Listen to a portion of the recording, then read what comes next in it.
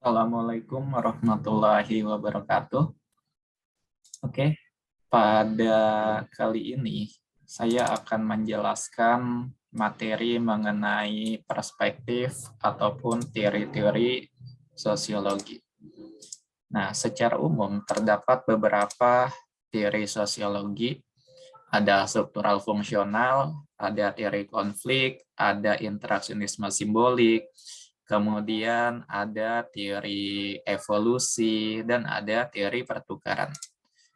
Meski demikian, ada 3 teori utama yang seringkali dibahas yang mesti dipahami oleh kalian semua mengenai teori-teori sosiologi. Nah, yang pertama adalah mengenai teori atau perspektif struktural fungsional. Mengenai teori atau perspektif struktural fungsional. Nah, jadi perspektif struktural fungsional ini adalah perspektif yang menganalogikan kehidupan masyarakat bagaikan organ tubuh makhluk hidup. Perspektif struktural fungsional dia menganalogikan kehidupan masyarakat bagaikan organ tubuh manusia, organ tubuh makhluk hidup. Organ tubuh manusia, organ tubuh makhluk hidup terdiri dari beberapa bagian kan ya.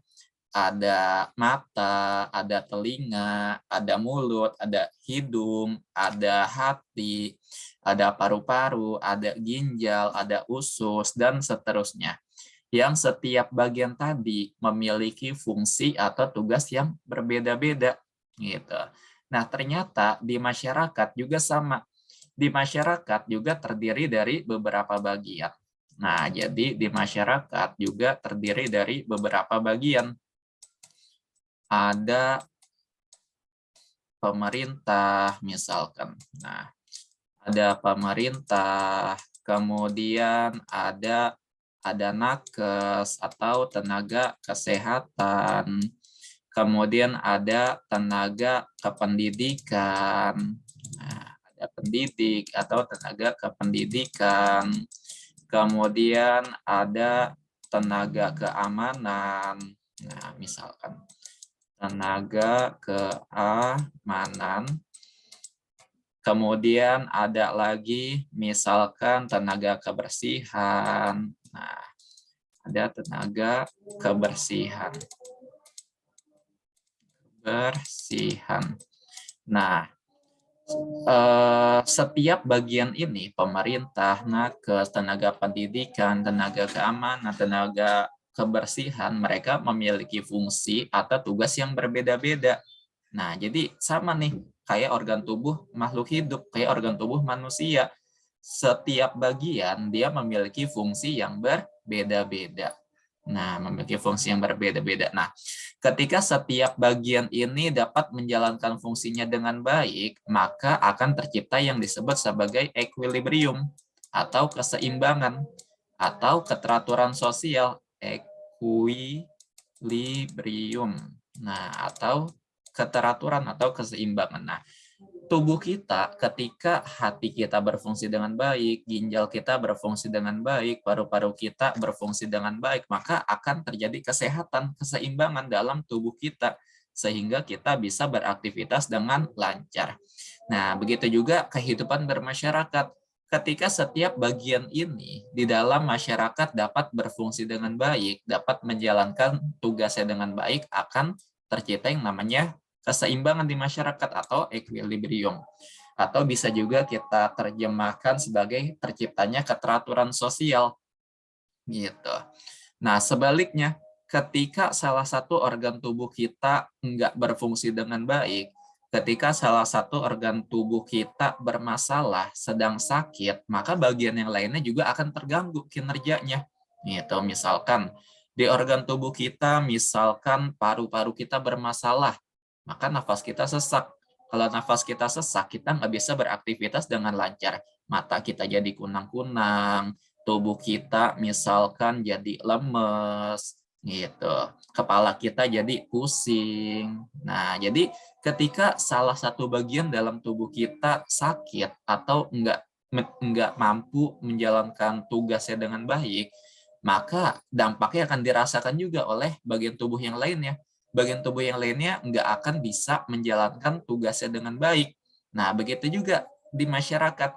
Ketika salah satu bagian dalam masyarakat ini nggak berfungsi dengan baik, maka bagian yang lainnya juga akan terganggu kinerjanya, nggak akan bisa berfungsi dengan baik juga. Nah, misalkan kita ilustrasikan tenaga keamanan di Indonesia nggak akan berfungsi dengan baik. Nah, ketika tenaga keamanan di Indonesia ini nggak berfungsi dengan baik, maka apakah tenaga pendidikan dapat menjalankan tugasnya dengan baik? Enggak, akan terganggu juga kan ya. Kemudian ketika tenaga keamanan nggak berfungsi dengan baik, apakah tenaga kesehatan juga bisa berfungsi dengan baik, bisa menjalankan tugasnya dengan baik? Enggak, akan terganggu juga kinerjanya. Begitu juga pemerintah, kinerjanya akan terganggu. Tenaga kebersihan juga kinerjanya akan terganggu. Hal ini bisa kita buktikan ketika tahun tragedi 98, di mana masyarakat sudah enggak lagi mematuhi tenaga keamanan. Ketika tenaga keamanan sudah enggak berfungsi lagi di masyarakat, maka yang tercipta adalah kekacauan. Aktivitas sekolah, belajar mengajar enggak berjalan, tenaga kesehatan jadi kerepotan, kemudian pemerintah juga bingung, nggak tahu harus bekerja apa yang harus dia lakukan, gitu. Nah, jadi ketika salah satu bagian dalam masyarakat nggak berfungsi dengan baik, nggak bisa menjalankan tugasnya dengan baik, atau kinerjanya terganggu, akan memberikan dampak yang negatif juga pada bagian-bagian yang lainnya. Sama juga dengan organ tubuh manusia. Maka dari sini bisa kita lihat bahwa sebenarnya antar bagian di masyarakat itu tercipta ikatan atau hubungan saling ketergantungan. Nah, tercipta hubungan saling ketergantungan. Saling ketergantungan. Tergantungan. Nah, ini seputar perspektif struktural fungsional. Nah, jadi saya ulangi lagi ya. Perspektif struktural fungsional dia menganalogikan masyarakat bagaikan organ tubuh manusia, organ tubuh makhluk hidup, terdiri dari beberapa bagian yang memiliki fungsi atau tugas yang berbeda-beda. Nah, ketika setiap bagian dalam masyarakat dapat menjalankan tugasnya dengan baik, akan menyebabkan terciptanya keseimbangan atau keteraturan sosial di masyarakat. Nah, ketika pemerintah berfungsi dengan baik, tenaga kesehatan berfungsi dengan baik, tenaga pendidikan berfungsi dengan baik, tenaga keamanan berfungsi dengan baik, tenaga kebersihan berfungsi dengan baik, semuanya dapat menjalankan tugasnya dengan baik, maka akan menyebabkan terciptanya keteraturan di masyarakat atau equilibrium, kehidupan bermasyarakat yang nyaman, yang sejahtera, yang menyejukkan. Nah, gitu. Sebalik ya, ketika satu aja bagian dalam masyarakat nggak berfungsi, terganggu fungsinya, maka menyebabkan fungsi bagian yang lainnya juga akan terganggu. Bagian yang lainnya juga nggak akan bisa berfungsi dengan maksimal, nggak akan bisa menjalankan tugasnya dengan baik, dengan maksimal. Nah, gitu. Karena setiap bagian dalam masyarakat terikat hubungan saling ketergantungan. Nah, ini seputar teori struktural fungsional. Kemudian perspektif sosial yang kedua adalah perspektif konflik. Nah, jadi munculnya perspektif konflik ini dia sebagai suatu kritik. Nah, jadi munculnya teori konflik ini sebagai suatu kritik atas teori atau pemikiran struktural fungsional tadi. Gitu. Jadi teori konflik ini dia adalah teori yang membantah teori struktural fungsional. Nah, kalau struktural fungsional dia melihat di masyarakat terdiri dari bagian-bagian yang terikat hubungan saling membutuhkan, saling ketergantungan, maka hal ini dibantah oleh teori konflik. Oke, teori konflik dia sepakat nih dengan teori struktural fungsional bahwa di masyarakat terdiri dari beberapa bagian. Nah, terdiri dari beberapa bagian. Bagian yang pertama ini adalah kelompok orang-orang yang berkuasa. Nah, kelompok orang-orang yang berkuasa. Nah, kemudian bagian yang kedua ini adalah kelompok orang-orang yang dikuasai. Orang-orang yang dikuasai. Nah, kalau menurut struktural fungsional, antar bagian di masyarakat tercipta hubungan saling ketergantungan. saling melengkapi, saling membutuhkan.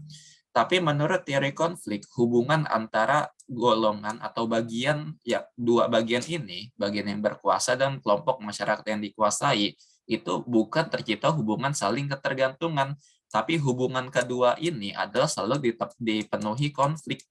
Nah, selalu dipenuhi konflik hubungannya. Kenapa? Karena perspektif konflik melihat bahwa kelompok masyarakat golongan orang-orang yang berkuasa ini, dia selalu semena-mena, dia selalu mengeksploitasi, dia selalu zolim kepada kelompok orang-orang yang dikuasai. Gitu. Maka hubungan antara kelompok yang berkuasa dan kelompok yang dikuasai itu selalu dipenuhi ketegangan. Kelompok orang-orang yang dikuasai, dia selalu mengalami tekanan batin nih dalam hubungannya di masyarakat, gitu, atas kelakuan dari kelompok orang-orang yang berkuasa. Nah, itu menurut teori konflik. Jadi ada salah satu kelompok yang dia semena-mena, yang dia bertindak seenaknya kepada kelompok yang dikuasai, dan kelompok yang dikuasai ini selalu merupakan kelompok yang dizolimi, yang dijajah, yang dianiaya, gitu, selalu mengalami tekanan batin. Gitu. Jadi hubungan antar masyarakat adalah konflik, bukan saling membutuhkan atau bukan saling ketergantungan. Nah, itu perspektif yang kedua, perspektif konflik. Nah, yang ketiga adalah perspektif interaksi simbolik. Yang ketiga adalah perspektif atau teori interaksionisme simbolik. Nah, interaksi simbolik.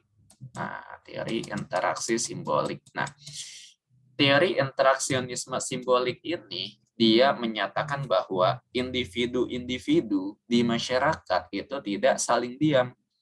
Nah, menurut teori interaksi simbolik, individu-individu yang ada di masyarakat itu tidak saling diam, tapi saling berinteraksi.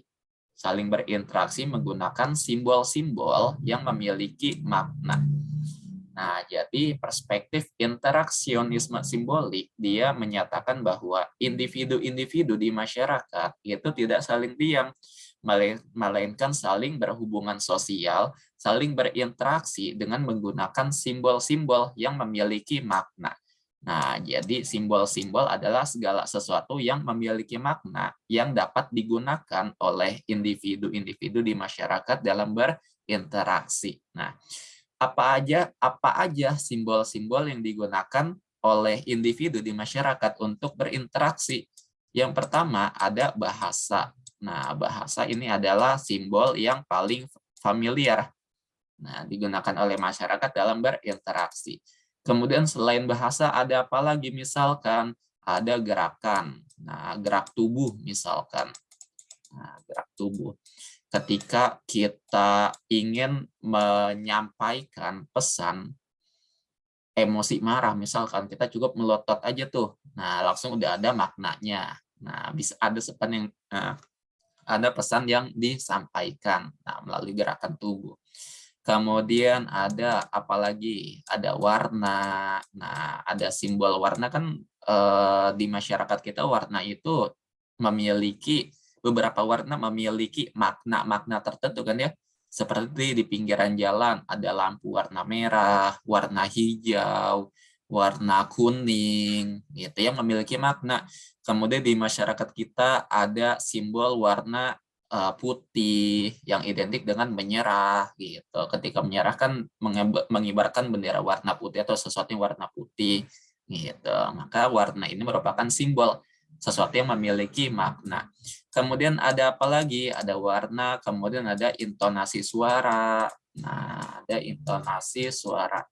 Biasanya seseorang yang mengeluarkan kalimat yang sama tapi menggunakan intonasi suara yang berbeda. Nah, itu maknanya juga berbeda kan, dinyatakan berbeda kan.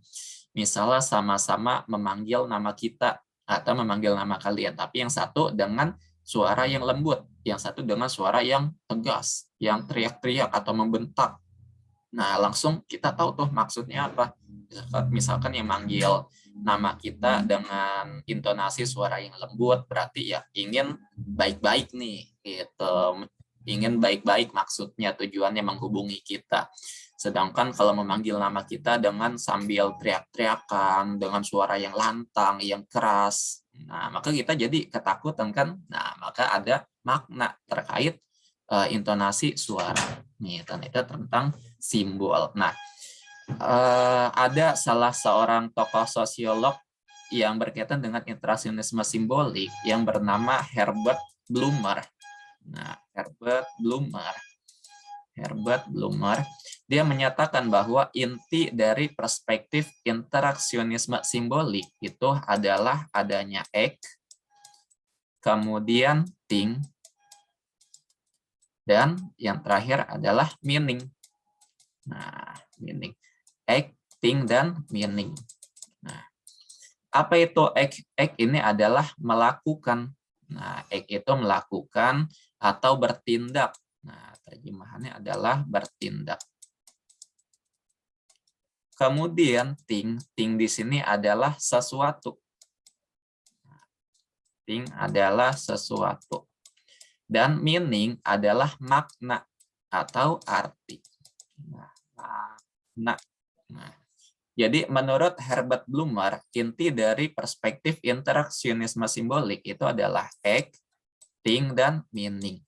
Maksudnya apa? Maksudnya adalah ada kalimatnya nih, seseorang bertindak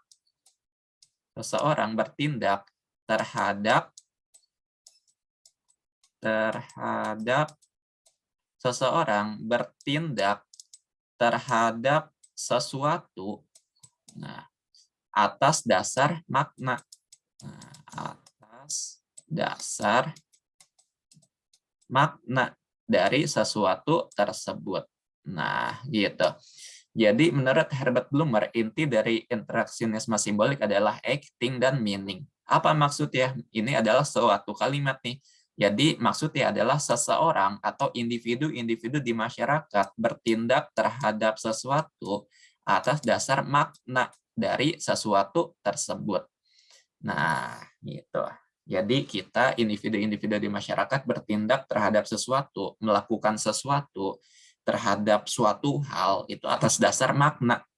Nah, dari hal tersebut gitu, dari simbol tersebut gitu. Misalkan gini.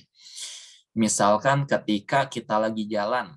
Nah, misalkan ketika kita lagi jalan, kemudian kita dipanggil oleh seseorang.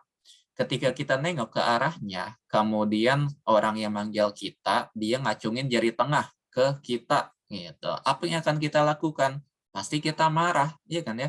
Kita akan tersinggung gitu. Kenapa? Karena makna dari simbol ini, simbol ngacungin jari tengah ini, apa maknanya? Nantangin, ya kan? Ngerendahin, kemudian menghina gitu. Maka wajar kita marah ketika diberikan simbol seperti ini dari orang lain, karena makna dari simbol itu adalah nantangin atau merendahin atau menghina. Nah, itu tentang perspektif interaksionisme simbolik gitu. Oke, jadi ini adalah materi mengenai perspektif sosiologi. Saya ulangi lagi ya, jadi sebenarnya ada 5 nih perspektif sosiologi. Ada struktural fungsional, ada konflik, ada interaksi simbolik, kemudian ada perspektif evolusi, kemudian ada perspektif pertukaran. Tapi yang wajib banget dikuasai itu 3 ini nih, struktural fungsional, konflik, dan interaksionisme simbolik. Oke, silakan dipelajari videonya, silakan dipelajari materinya. Semoga bermanfaat. Kalau ada yang kurang jelas, bisa dihubungi ke saya langsung ya. Nah, bisa ditanyakan langsung ke saya. Sekian, wassalamualaikum warahmatullahi wabarakatuh.